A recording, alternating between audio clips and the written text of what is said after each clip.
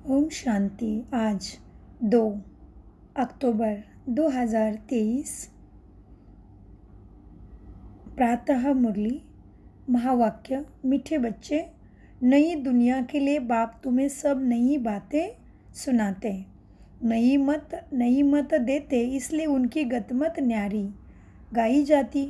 प्रश्न। रहमदिल बाप सभी बच्चों को किस बात में सावधान कर उचित तकदीर बना देते? उत्तर।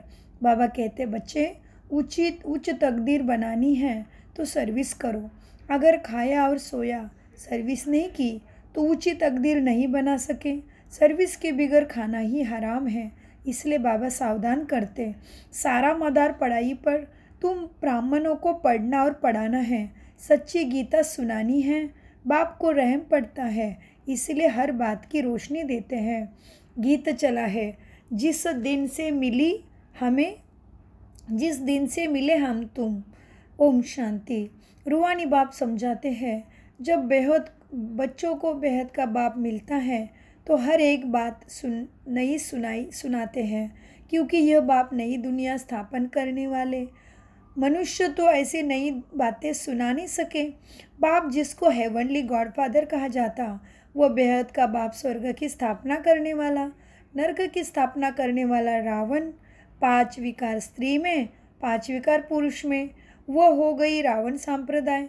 ये नई बात बाबा सुनाते हैं ना। स्वर्ग बनाने वाला परमपिता परमात्मा, जिसको राम कहते, नरक बनाने वाला रावण, जिसका चित्र बनाकर वर्ष वर्ष जलाते। एक बार जल गया तो फिर उनकी एफिजी पुतला देखने में थोड़ी आएगा। वह आत्मा जाकर दूसरी शरीर लेगी ना। फीचर्स आदि बदलते जाते। यह तो रावण के वही फीचर्स वह वर्ष वर्ष बनाते और जलाते हैं। वास्तव में जैसे निराकार शिव बाबा का कोई फीचर नहीं, चित्र नहीं, वैसे रावण का भी कोई चित्र नहीं है, कोई फीचर नहीं है, क्योंकि वह सबके मन बुद्धि संस्कारों में बैठा है। ये रावण तो विकार है। बाप यह समझाते हैं, मनुष्य भक्ति मार्ग में क्या चाहते हैं? भगवान आते ही है भक्ति का फल देने व रक्षा करने, क्योंकि भक्ति में दुख बहुत है, सुख है अल्पकाल श्रेय। सनभंगुर भारतवासियों का जीवन बिल्कुल दुखी है। देखो, कोई का बच्चा मरा, कोई का दिवाला निकला, जीवन दुखी रहता है ना। बाप कहते हैं, मैं आता हूँ सभी का जीवन सुखी बनाने, आकर नई बातें बताता। कहते हैं, मैं आया हूँ किस लिए? स्वर्ग की स्थापना करने। वहाँ तुम विकारों में नहीं जाएंगे। वह है निर्विकारी राज्य, यह है विकारी राज्य। अगर तुमको स्वर्ग का राज्य चाहिए तो वह बाप ही स्थापन करते हैं। नरक का राज्य रावण स्थापन करते, तो बाप पूछते हैं, तुम स्वर्ग में चलेंगे? वैकुंठ की महाराजा महारानी विश्व के मालिक बनेंगे? यह कोई वेद शास्त्र आदि की बातें नहीं है। बाप ऐसे कहते हैं कि राम राम कहो, दर बाप ऐसे नहीं कहते कि राम राम कहो और हर एक जगह में जाके दर धक्के खाओ, मंदिरों तीर्थ आदि में जाओ, गीता भागवत आदि पढ़कर बैठो। नहीं, सतयुग में तो शास्त्र होते ही नहीं। तुम भला कितने भी वेद शास्त्र आदि पढ़ो, यज्ञ जप तप दान पुण्य करो, यह सभी भी धक्के खाना ही है। इससे तुम्हें सद्गति और सुख नहीं मिलना, इनसे कुछ भी प्राप्ति नहीं। भक्ति मार्ग में कोई एम ऑब्जेक्ट ही नहीं है। भक्ति क्यों करते हैं? कोई लक्ष्य नहीं है। मैं तुमको स्वर्ग का मालिक बनाने आया हूँ, तो पढ़ाई का एम ऑब्जेक्ट है, माना लक्ष्य है। इस समय सब नरकवासी है। अगर कोई को कहो तुम नरकवासी हो तो बिगड़ेंगे। वास्तव में तुम जानते हो, नरक कलयुग को और स्वर्ग सतयुग को कहा जाता। बाप वैकुंठ की बादशाही ले आए हैं, तुम्हारे सम्मुख बैठ के समझाते। कहते हैं, स्वर्ग का मालिक तुम्हें बनाता हूँ तो पवित्र जरूर बनना पड़ेगा। मूल बात सारी पवित्रता की है। कई मनुष्य कहते हैं, हम पवित्र तो कभी नहीं रह सकते। अरे, तुमको पावन बनाते हैं स्वर्ग में चलने के लिए। पहले वापस शांति धाम में जाकर फिर तुम सुख धाम माना स्वर्ग में आना है, तो पवित्र तो जरूर ही बनना पड़े। सभी धर्म वालों को कहते हैं, देह को छोड़ अशरीरी बन जाना है, इसलिए देह के अभिमान को तोड़ो। मैं क्रिश्चियन हूँ, बौद्ध हूँ, ये सब देह के धर्म। आत्मा तो स्वीट होम में रहती है। तो अब बाप कहते हैं वापस मुक्तिधाम चलेंगे, वहाँ तुम शांति में रहेंगे। बताओ तुम वापस कैसे चल सकते हो? मुझे बाप को और अपने स्वीट होम को याद करो। देह के सब धर्म छोड़ो। यह मामा है, काका है, चाचा है, इन सब देह के संबंधों को छोड़ो। अपने को देही समझो, मुझे याद करो। बस यह है मेहनत, और मैं कुछ नहीं सुनाता हूँ। शास्त्र आदि जो पढ़े हैं वह सब छोड़ दो। मैं नई दुनिया के लिए तुमको नई मत देता हूँ, क्योंकि तुम अभी भी शास्त्र और भक्ति करते रहोगे तो तुम्हारा टाइम वेस्ट जाएगा, सदगति तुमसे दूर रह जाएगी। बाबा कहते हैं बच्चे, कहा जाता है ना ईश्वर की गत और मत न्यारी है, तो कहा है तो ज़रूर ऐसा हुआ होगा। गीता कहा जाती है गति कहा जाता है मुक्ति को। तो ईश्वर की गत और मत न्यारी है गाते हो ना, तो गति कहा जाता मुक्ति को। बाप नई बातें सुनाते हैं ना, मनुष्य भी जब सुनते हैं तो कहते हैं यहाँ तो नई बातें हैं, शास्त्रों की कोई बात नहीं। यूँ तो गीता की बात, परंतु मनुष्य ने गीता को भी खंडन कर दिया, उसमें कृष्ण का मुख्य समझ लिया। मैंने तो गीता पुस्तक कुछ भी नहीं उठाया है, वह तो बाद में बनती है। मैं तो तुमको ज्ञान सुनाता हूँ, ऐसे कभी कोई कहेगा ही नहीं कि तुम मेरे सिकिलधे बच्चे हो। ये निराकार परमात्मा ही कहते, निराकार आत्मा से बात करते, आत्मा सुनती है, वो भी ये शरीर के ऑर्गन्स के द्वारा। ये बात कभी कोई समझते नहीं, वो मनुष्य को सुनाते हैं, ये परमात्मा बैठ आत्माओं को सुनाते हैं। हम आत्माएं सुनती है, कैसे, कौन द्वारा? तुम जानते हो, परम पिता परमात्मा बैठ मुझे समझाते हैं। मनुष्य तो ये बात से बहुत आश्चर्य वंडर खाते हैं, भगवान कैसे समझाएगा? वो तो समझते श्री कृष्ण भगवान उवाच। अरे श्री कृष्ण तो देहधारी है ना, देखो भगवान कहने से मन पटल पे कोई मूर्ति आ रही है क्या? नहीं, तो भगवान तो ज्योति स्वरूपम, जिसका शरीर नहीं है, वो परमपिता परमात्मा है ना। इसलिए बाबा कहते बच्चे, मैं तो देहधारी नहीं हूँ, मैं ही विदेही माना देह के बिना आत्मा ज्योति हूँ, इसलिए मुझे परमात्मा कहते हैं। विदेही आत्माओं को मैं सुनाता हूँ, मैं आत्मा से बात करता हूँ। तो यह नई बातें मनुष्य से मनुष्य चकित हो जाते हैं। बाबा कहते ये नई बातें, न्यू थिंग्स सुनने से मनुष्य चकित हो जाते। जो कल्प पहले बच्चे सुनकर गए हैं उनको तो बहुत अच्छा लगता है, पढ़ते हैं मम्मा बाबा कहते हैं, इसमें अंधश्रद्धा की तो कोई बात हो नहीं सके। लौकिक रीति भी बच्चे माँ बाप कहते हैं। अभी तुम उन लौकिक माता पिता की याद छोड़ पारलौकिक माता पिता को याद करो। यह पारलौकिक माँ बाप तुम्हें अमृत की लेन देन सिखलाने वाले हैं। कहते हैं बच्चे, अब विष की लेन देन छोड़ो, मैं तुमको तो जो शिक्षा देता वो एक दो को दो, तुम स्वर्ग के मालिक बन जाएंगे। थोड़ा सुनेंगे तो भी स्वर्ग में आ जाएगा, परंतु औरों को आप समान नहीं बना सकते, तो दास दासी जाकर बनेंगे। दास दासियों में भी नंबरवार होते, बच्चों को संभालने वाले दास दासियाँ ज़रूर अच्छे मर्तबे वाले होंगे।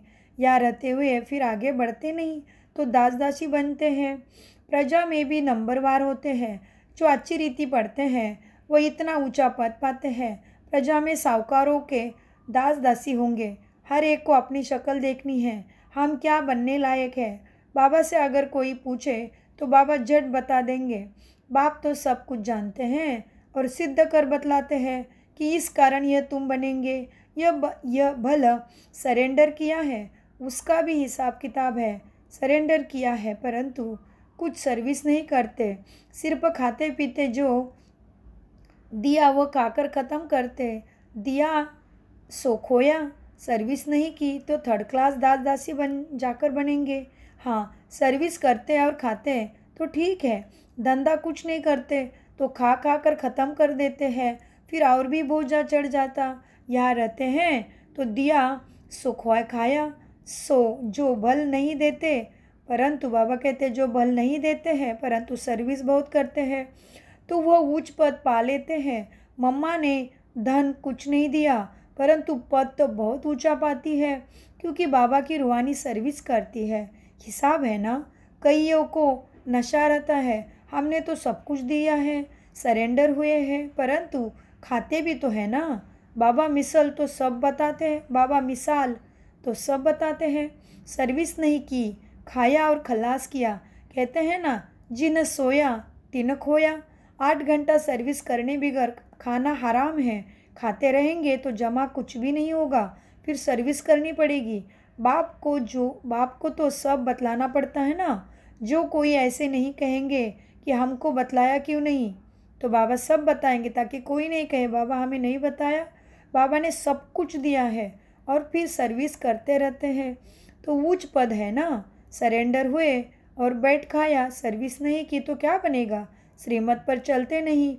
बाबा खासकर समझाते हैं, ऐसे नहीं कि पिछाड़ी को कहे हमारा पद ऐसा क्यों हुआ। तो बाप समझाते हैं, सर्विस ना करना, मुफ्त में खाना, उसका नतीजा कल्पांतर का यह हो जाएगा। इसलिए बाबा सावधान करते हैं, समझना चाहिए, कल्पांतर के लिए हमारा पद भ्रष्ट हो जाएगा। बाबा को बहुत रहम पड़ता है, इसलिए हर बात की रोशनी देते। सर्विस नहीं करेंगे तो उच्च पद पा नहीं सकेंगे। जो ग्रस्त व्यवहार में रहते सर्विस करते हैं, उनका पद बहुत ऊंचा है, उनका पद बहुत ऊंचा है। सारा मदार पढ़ाया और पढ़ाने पर है। तुम ब्राह्मण हो, तुमको सच्ची गीता सुनानी है। वह तो कच्छ में कुरुम उठाते हैं, तुम्हारे कच्छ में कुछ नहीं है। तुम हो सच्चे ब्राह्मण, तुमको सच्चा सुनाना है, सच्ची प्राप्ति करानी है। सबने घाटा ही दिलाया है, इसीलिए लिखा जाता है वह सब झूठ है। बाबा सच सुनाकर सचखंड का मालिक बनाते हैं। यह तो समझने की बातें हैं। विश्व का मालिक बनना कम बात है क्या। सेंसिबल बच्चे जो होंगे वह तो प्लान बनाते रहेंगे, हम सोने की ईंटों का ऐसा मकान बनाएंगे, यह करेंगे। साहूकार का बच्चा जैसा बड़ा हो जाता जाएगा तो उनके ख्यालात चलेंगे, हम ऐसे करेंगे, यह बनाएंगे। तुम भी भविष्य में प्रिंस बनते हो तो शौक होगा ना, हम ऐसे महल बनाएंगे जो और कोई का नहीं होगा। ये ख्यालात उनके चलेंगे जो अच्छी रीति पढ़कर पढ़ाते हैं। बादशाही तो होगी ना। बाबा कहते हैं, बच्चे ये ख्यालात, प्रिंस बनते हैं तो शौक होता है ना, हम ऐसे महल बनाएंगे जो और कोई का नहीं होगा। ये ख्यालात उनके चलेंगे जो अच्छी रीति पढ़कर पढ़ाते हैं। बादशाही तो होगी ना, तो बुद्धि में यह ख्यालात चलना चाहिए, हम कितने नंबर से पास होंगे। बड़ा भारी स्कूल है, इसमें लाखों करोड़ों पढ़ेंगे, ढेर आएंगे। ये सब बातें बाप ही बैठ समझाते हैं। भगवान एक है, उनको ही माता पिता कहते हैं, वो आकर अडाप्ट करते हैं। कितनी गुह्य बातें। ये नया स्कूल है, नया पढ़ाने वाला है, कितनी अच्छी रीति समझाते। झोली उनकी भरेगी जो लायक होंगे, बाप को याद करेंगे। माँ बाप को कभी कोई भूलता नहीं, फिर सतयुग के बच्चे बाप को भूल कैसे सकते।